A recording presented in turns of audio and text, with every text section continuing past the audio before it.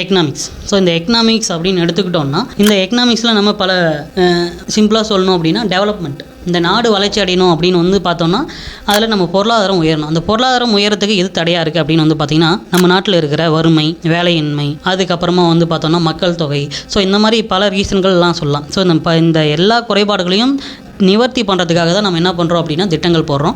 அந்த திட்டங்கள் போட்டு அதை எப்படி மக்கள் மத்தியில் கொண்டு போகிறாங்க, அந்த மக்கள் மத்தியில் கொண்டு போய் அது எப்படி டெவலப் ஆகி நம்மளுடைய பொருளாதாரம் எப்படி உயருது, நம்மளுடைய தலா வருமானம் எப்படி உயருது அப்படின்றது தான் நம்ம எக்கனாமிக்ஸில் பார்க்க போகிறோம். ஸோ அந்த வகையில் இப்போ இந்தியா அப்படின்றது வந்து சுதந்திரம் வாங்கும்போது ரொம்ப வறுமைக்கு கோட்டுக்கு கீழே இருந்தவங்க நிறைய பேர் இருந்தாங்க. இப்போது அதை ரெக்டிஃபை பண்ணுறதுக்காக பல்வேறு திட்டங்கள் கொண்டு வந்திருக்காங்க. உதாரணம் வந்து மகாத்மா காந்தி தேசிய ஊரக வேலைவாய்ப்பு உறுதி திட்டம் அப்படி ஒரு திட்டம் இருக்குது அப்படின்னா, நம்ம ஏரி வேலை அப்படின்னு சொல்லுவோம், ஏரி வேலைன்னு சொல்லுவோம், 100 நாள் வேலை அப்படின்னு சொல்லுவோம். ஸோ இந்த மாதிரி திட்டங்கள் மக்களுக்கு வேலைவாய்ப்பை கொடுத்து அவங்களுடைய அடிப்படை தேவையை பூர்த்தி பண்ணிக்கணும் அப்படின்றதுக்காக, அவங்க வறுமை நிலையை வந்து குறைக்கணும் அப்படின்றதுக்காக பல்வேறு திட்டங்கள் கொண்டு வந்திருக்காங்க. அதுக்கப்புறமா வந்து இலவச வீடு வழங்கும் திட்டம், இலவச கழிப்பறை வழங்கும் திட்டம், அதுக்கப்புறமா வந்து வீடுதோறும் குடிநீர் Jal Jeevan mission scheme. So இந்த மாதிரி பல்வேறு திட்டங்கள் எல்லாமே கொண்டு வந்திருக்காங்க. இந்த மாதிரி திட்டங்கள் சார்ந்த படிக்கிறது எல்லாமே வந்து எக்கனாமிக்ஸில் படிப்போம். ஸோ அந்த எக்கனாமிக்ஸை நம்ம 2 வகையாக பிரிக்கலாம்.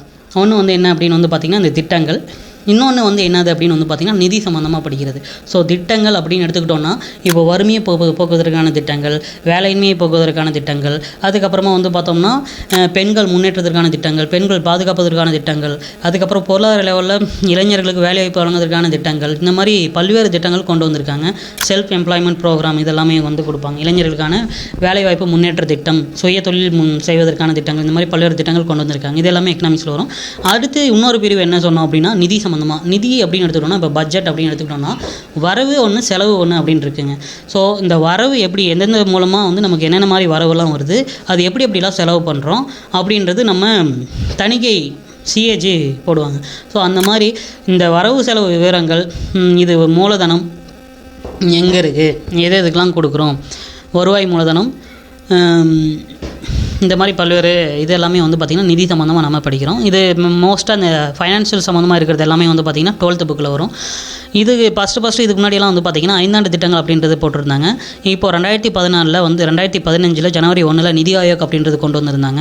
ஸோ இந்த 5 ஆண்டு திட்டங்களுக்கும் நிதி ஆயோக்கும் என்ன வித்தியாசம் அப்படின்னா, ஒரு ஸ்கீம் இம்ப்ளிமெண்ட் பண்ணுறாங்கன்னா அது ஆரம்ப ஸ்டேஜ்லேருந்து எண்டு ஸ்டேஜ் வரைக்கும் இது பண்ணி முழுசாக ரெக்டிஃபை பண்ணி அதோடைய வேல்யூ மார்க் போட்டு மதிப்பீடு செய்கிறது எல்லாமே வந்து பார்த்திங்கன்னா 5 ஆண்டு திட்டங்கள் இருந்துச்சு. அது நிதி ஆயோக் வந்து என்ன பண்ணுச்சு, திட்டக்குழு தான் 5 ஆண்டு திட்டங்கள் போட்டாங்க. அதே மாதிரி இந்த நிதி ஆயோக் வந்து என்ன பண்ணுச்சு அப்படின்னு வந்து பார்த்தோம்னா, அவங்க ஜஸ்ட் இம்ப்ளிமெண்ட் பண்ண சொல்லி ஸ்டேட் கவர்மெண்ட்டுக்கு ஆர்டர் கொடுத்துருவாங்க. அவங்க அதை பண்ணி முடிச்சிட்டாங்கன்னா அதுக்கு ஓகே இது இவ்வளோ மதிப்பீடு தான் அப்படின்னு மதிப்பீடு செய்கிற இதை மட்டும் நிதி ஆயோக் கொண்டு வந்துச்சு.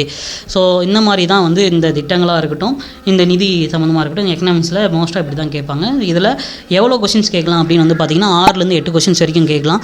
இந்த 6லேருந்து 8 கொஷின்ஸில் மினிமம் 5 கொஷின்ஸ் வந்து இந்த திட்டங்கள் சம்மந்தமாகவே இருக்கும். அந்த ஸ்கீம் இம்ப்ளிமெண்டேஷன் எங்கெங்கே, ஃபார் எக்ஸாம்பிள் முத்ரா வங்கியாக இருக்கட்டும், அதுக்கப்புறமா வந்து சுகாதாரம் சார்ந்த, இப்போது வந்து பார்த்திங்கன்னா ஒரு நாடு முன்னேறணும் அப்படின்னா அந்த நாட்டில் எல்லா வளமும் இருக்கணும். உதாரணத்துக்கு இப்போ சுகாதாரம் மேம்பாடு இருக்கணும். இப்போ ஒரு இந்தியா வந்து ஒரு பன்முகம் கொண்ட ஒரு நாடு அப்படின்னு சொல்கிறோம்.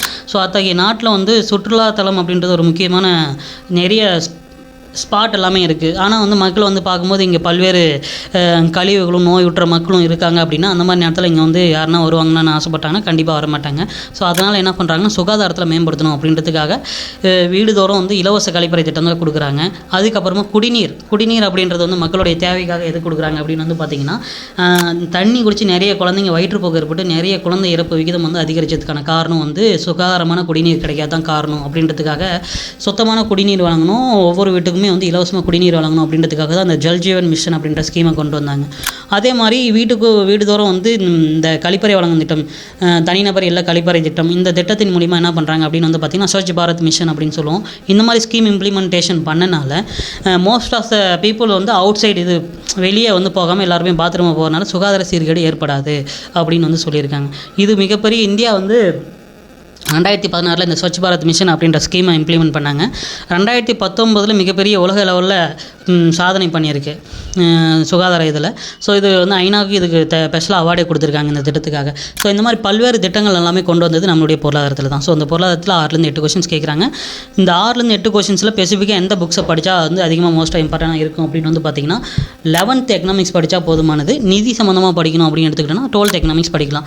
அதில் வந்து பார்த்திங்கன்னா இந்த 11th அந்த 6வது பாடம் அத்தியாயம் 6, 7 இருக்கும். ஸோ இந்திய பொருளாதாரம், தமிழ்நாடு பொருளாதாரம், இந்திய பொருளாதாரத்திற்கான போக்குகள், ஊரக பகுதிகளில் இருக்கிற பொருளாதார நிலைமை என்ன, அந்த மாதிரி இருக்கிறது எல்லாமே 11th புக்ஸில் இருக்கும். அது படித்தாவே போதுமானது.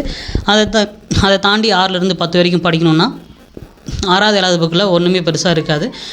சும்மா நீங்கள் எக்ஸாம் ஓரியன்டாக ஒரு 2-3 ரிவிஷன் விட்டுறலாம் எக்கனாமிக்ஸ். ஸோ எக்கனாமிக்ஸை பொறுத்த வரைக்கும் 6லேருந்து 8 கொஷின்ஸ் வரதுக்கு வாய்ப்பு இருக்குது.